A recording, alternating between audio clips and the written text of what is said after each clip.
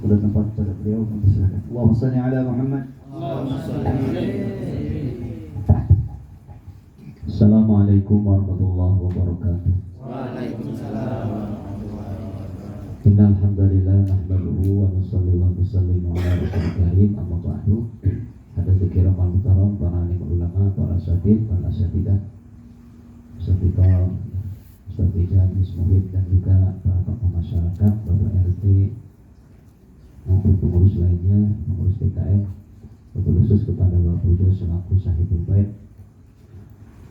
Malam ini kita akan lanjutkan pembacaan penjelasan berkaitan tentang dakwah berjanji. Lanjutkan ya. Terakhir pada pertemuan yang lalu saya sampaikan bahwa Nabi Muhammad SAW ini tumbuh berkembang ala akmalil awsaf, ya, di atas sifat-sifat yang mulia. Akmal artinya sempurna atau mulia, ya, bersih daripada segala aib kemaksiatan. Kemudian ya, kita lanjutkan summa radathu sallallahu alaihi wasallam ila ummihi wa hiya bi ghairu saqiyah.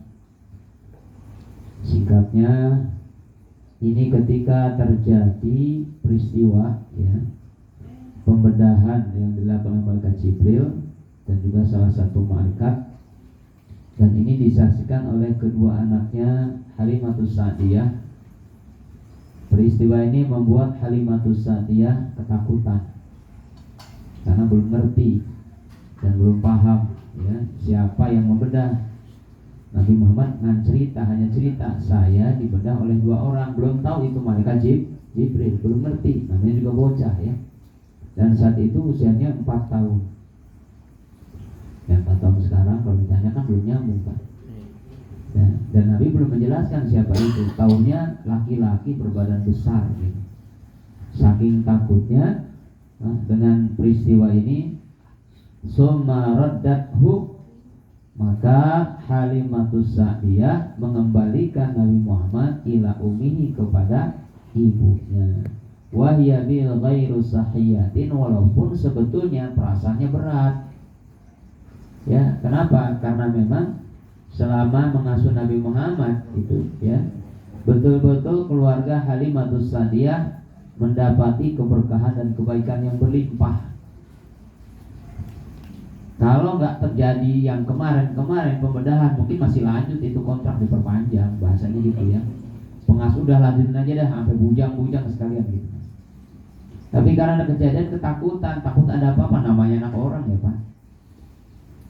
Ya, namanya tukang asuh dan ini anak orang, ketakutan. Hadaran min ayyusaba bimusabin hadisin takhsha. Kenapa hadaran? Hadaran ini saking takutnya, saking waswasnya.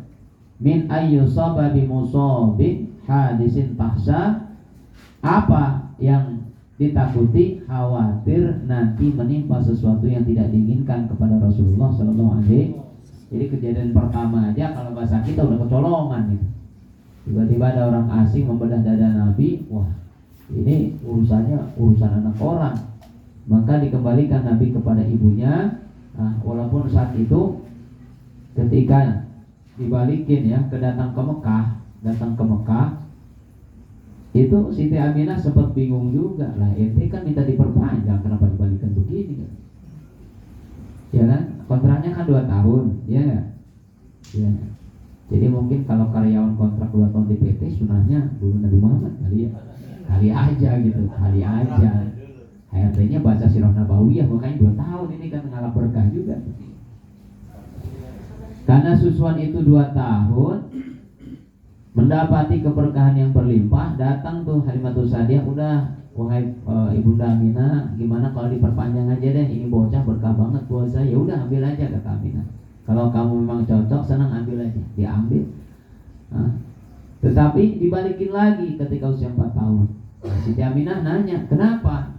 Kau balikan dulu, bilang katanya anakku ini barokah dan sebagainya. Diceritakan lah, saya takut terjadi sesuatu. Diceritakan begini. Begitu ya. Hadaran min ayyusaba, saking takutnya, khawatirnya Halimatus Sa'diyah apabila terjadi sesuatu yang menimpa Nabi Muhammad. Singkatnya wafadat alaihi Halimatun fi ayamin Hudayjah as-sayyidah Khadijah as-sayyidah al-radiyah. Singkat ceritanya itulah pertemuan terakhir, ya, pelepasan terakhir di mana Halimatus Sa'diyah melepas Nabi kepada ibunya. Setelah itu sudah nggak ketemu lagi sama sekali. Ya, peristiwa demi peristiwa dilewatinya Nabi sampai Nabi dewasa. Barulah ketemu lagi dengan Nabi Muhammad itu Halimatus Sa'diyah. Sejak usia 4 tahun baru ketemu kapan? Ketika menikah dengan Siti Khadijah. Berarti berapa tahun, Pak? Menikah kan 25 ya? 1 tahun. Sekian tahun, bayangin aja. Ya, berpisah sekian tahun baru ketemu lagi ketika Rasul menikah dengan Siti Khadijah. Karena Siti Khadijah ini, ya begitulah kira-kira yang sudah paham. Beliau ini janda kaya, Pak. Betul nggak? Makanya kemarin kita bahas surat Ad-Duha itu, wa wajadaka a'ilan fa'aghna. Kami menemukanmu ya Muhammad dalam keadaan fakir, fa'aghna, maka kami cukupi. Makna cukupi ini diantaranya adalah ketika Nabi Muhammad dinikahkan dengan seorang janda yang namanya Khadijah. Dan janda bukan sembarang janda, Pak. Janda kaya raya, fa'aghna, Allah cukupi. Nah, ketika Halimatus Sa'diyah berjumpa dengan Nabi ketika menikah dengan Siti Khadijah, fahabaha min hibaihil wafir bihibah. Masya Allah, saking senangnya Nabi Muhammad kedatangan ibu asuhnya. Inilah akhlak, Pak. Akhlak seseorang yang kalau ibarat kata nggak lupa, ibarat kata ada kacang lupa sama kulit. Nabi nggak begitu. Nabi itu selalu mengingat kebaikan orang. Ya. Nah, ketika kedatangan Halimatus Sa'diyah kepada beliau, fahabaha min hibail wafir bihibah, maka Nabi memberinya hadiah yang banyak. Subhanallah. Nah, kita pun sama ya, Pak ya. Kita pun sama, bagian daripada hak kita. Kalau kita mengenang seseorang yang berjasa sama kita, jangan pelit, kasih hadiah. Ya, walaupun itu kebaikan kecil, Pak, anggap itu satu hal yang besar. Ya, ada teman kita mungkin ngasih bantuan sama kita, sepele bagi dia, tapi besar bagi kita. Pada suatu saat kita ganti tuh, betul nggak? Iya. Ya, minjam duit 100.000, Pak, bagi kita kecil banget karena duit kita 10 juta, tapi bagi dia butuh banget bahasanya. Nah, pada saat kita terbantu satu saat, ayo balas kebaikan dengan kebaikan. Nah, Nabi Muhammad tidak pernah melupakan jasanya Halimatus Sa'diyah yang mengasuh dia dari usia 2 tahun sampai 4 tahun. Maka ketika datang Halimatus Sa'diyah, maka Nabi memberikan hadiah. Al-wafir artinya hadiah yang banyak, Pak. Ya.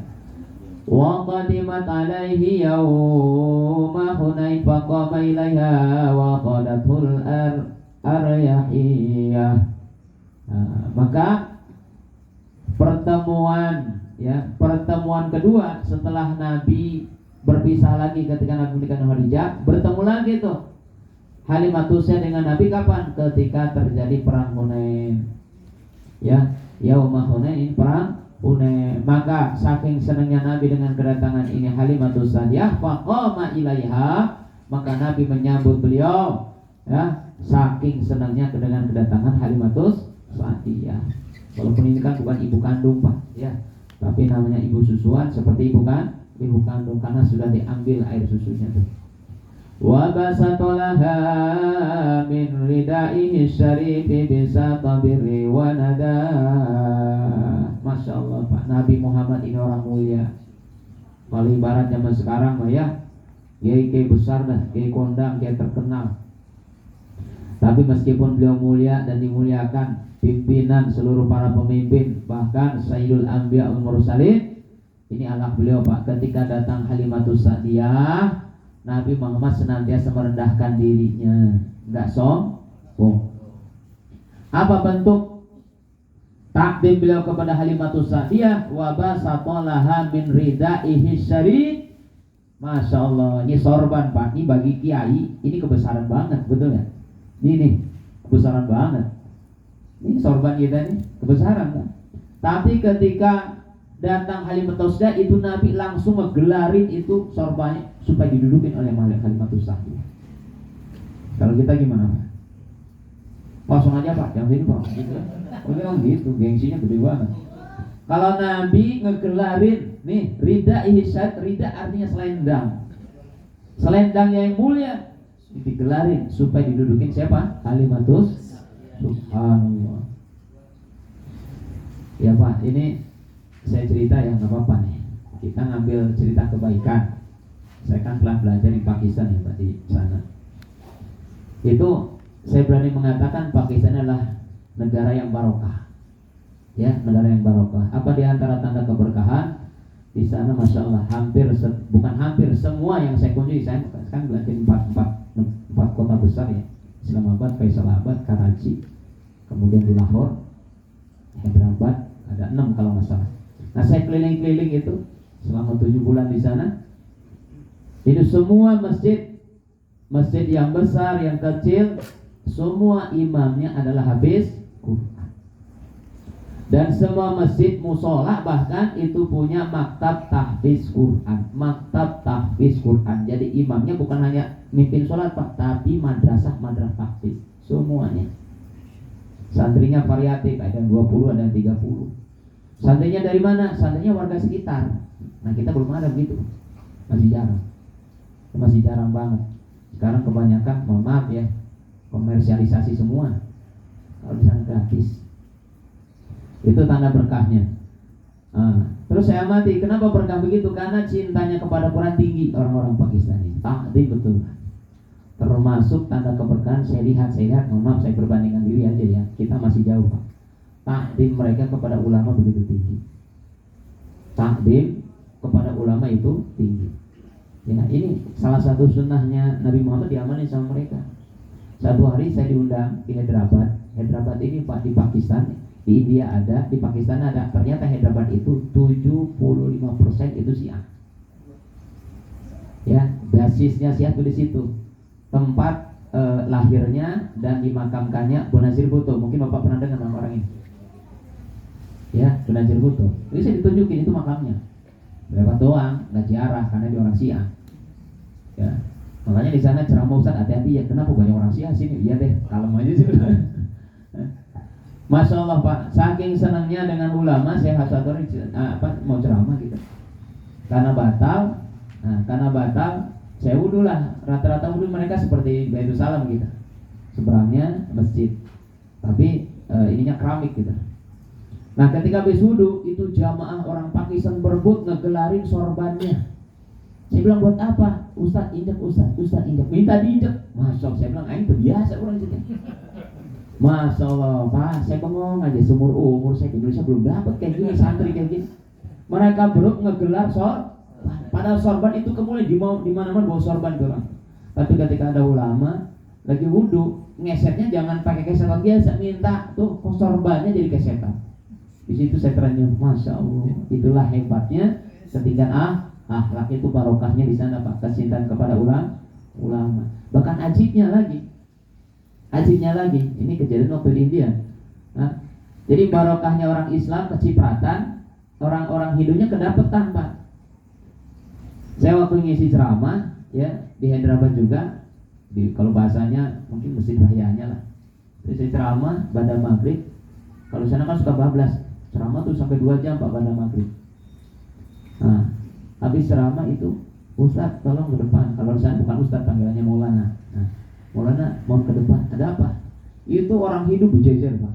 Berjejer. Kayak orang ngantri. Mau ngapain? Minta didoain sama Pak Ustaz.